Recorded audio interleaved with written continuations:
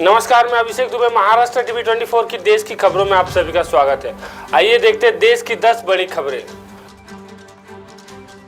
महाराष्ट्र में विधानसभा चुनाव की तारीख जैसे जैसे नजदीक आ रही है, नेता से लेकर आम जनता का उत्साह भी बढ़ता जा रहा है। कई सीटों पर विधानसभा चुनाव की लड़ाई रोमांचक होती नजर आ रही है। वर्ली सीट से शिवसेना यूबीटी के प्रमुख उद्धव ठाकरे के बेटे आदित्य ठाकरे चुनावी ताल ठोक रहे हैं। वह पिछली बार भी इसी सीट से निर्वाचित हुए थे।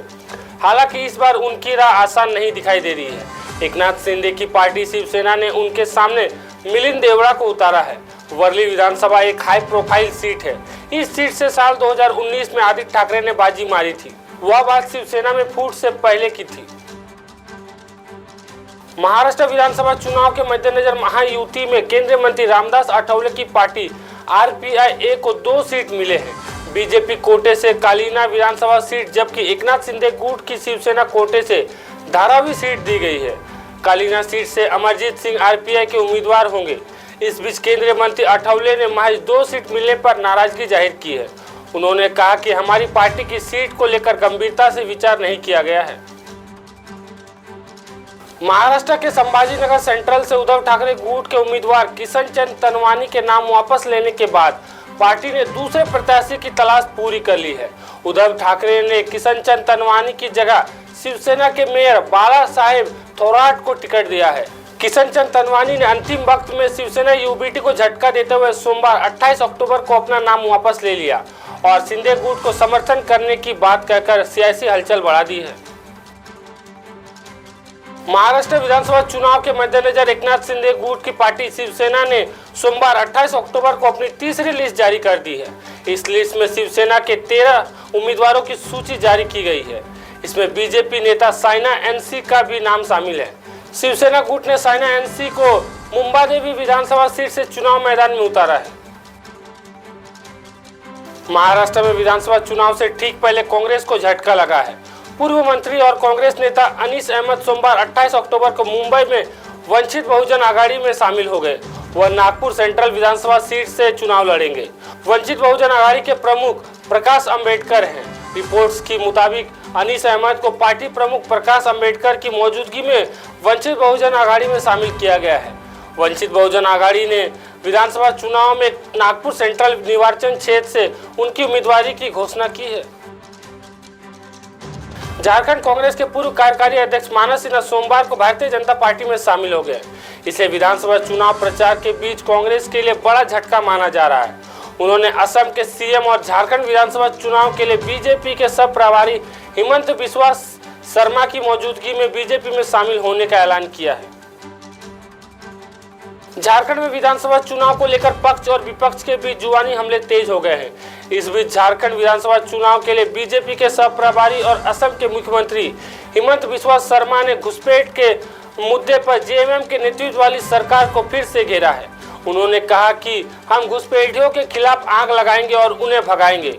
दुमका में मीडिया से बातचीत में असम के सीएम हिमंत बिस्वा शर्मा ने कहा, जैसे हनुमान ने लंका में आग लगाई थी तो हमें भी घुसपैठियों के खिलाफ आग लगानी है। झारखंड को स्वर्ण भूमि बनाना है।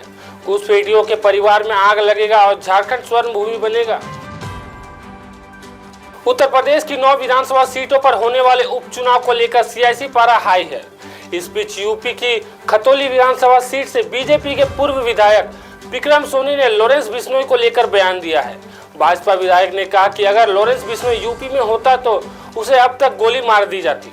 हालांकि इस दौरान उन्होंने मजाकिया अंदाज में पत्रकारों से कहा कि तुम मुझे मरवाओगे क्या, उसे और मेरे पीछे लगा दो। दिल्ली प्रदेश कांग्रेस कमेटी के अध्यक्ष देवेंद्र यादव ने आम आदमी पार्टी के मुखिया और दिल्ली के पूर्व मुख्यमंत्री अरविंद केजरीवाल पर हमला बोला है। देवेंद्र यादव ने कहा केजरीवाल ने दिल्ली की जनता के साथ न सिर्फ वादा खिलाफी बल्कि उनके साथ धोखा भी किया है। उन्होंने कहा कि केजरीवाल ने दिल्ली की जनता को फ्री पानी देने का वादा किया था, लेकिन आज भी ज्यादातर क्षेत्रों में लोगों को गंदा पानी मिल रहा है।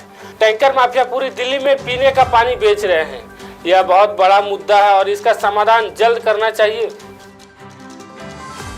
महाराष्ट्र के चुनावी हलचल के बीच बड़ी खबर सामने आई है। संभाजीनगर मध्य से उद्धव ठाकरे की पार्टी के उम्मीदवार ने नाम वापस ले लिया है। इतना ही नहीं, नाम वापस लेने के बाद सीएम एकनाथ शिंदे को समर्थन देने का फैसला किया है। यह चुनाव से पहले उद्धव ठाकरे के लिए बड़ा झटका है।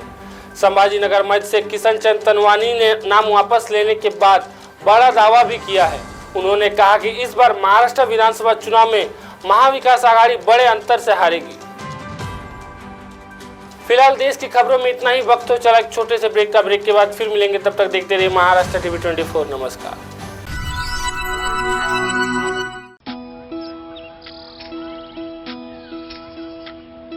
नारी म्हणजे संस्कार, नारी म्हणजे भक्कम आधार,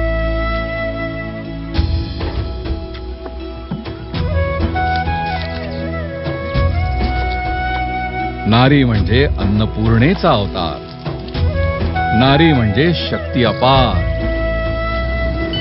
आणि या नारी शक्तीच्या सन्मानार्थ महाराष्ट्र शासनाने सुरू केली आहे मुख्यमंत्री माझी लाडकी बहीण योजना।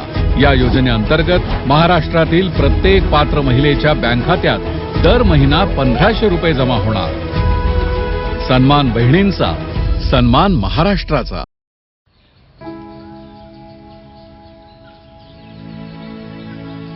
तू ग हे कुठून आणलं? आणला साडी पण वा, छान दिसते की। हो, सरकारनं 1500 रुपये चालू केले दर महिन्याला। आणि लय दिसायची इच्छा होती म्हणून हा सदरा आणि ही साडी घेतली।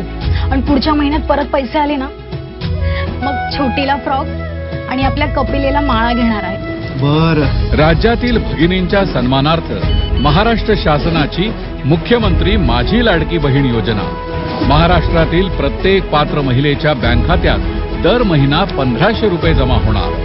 सन्मान बहिणींचा, सन्मान महाराष्ट्राचा।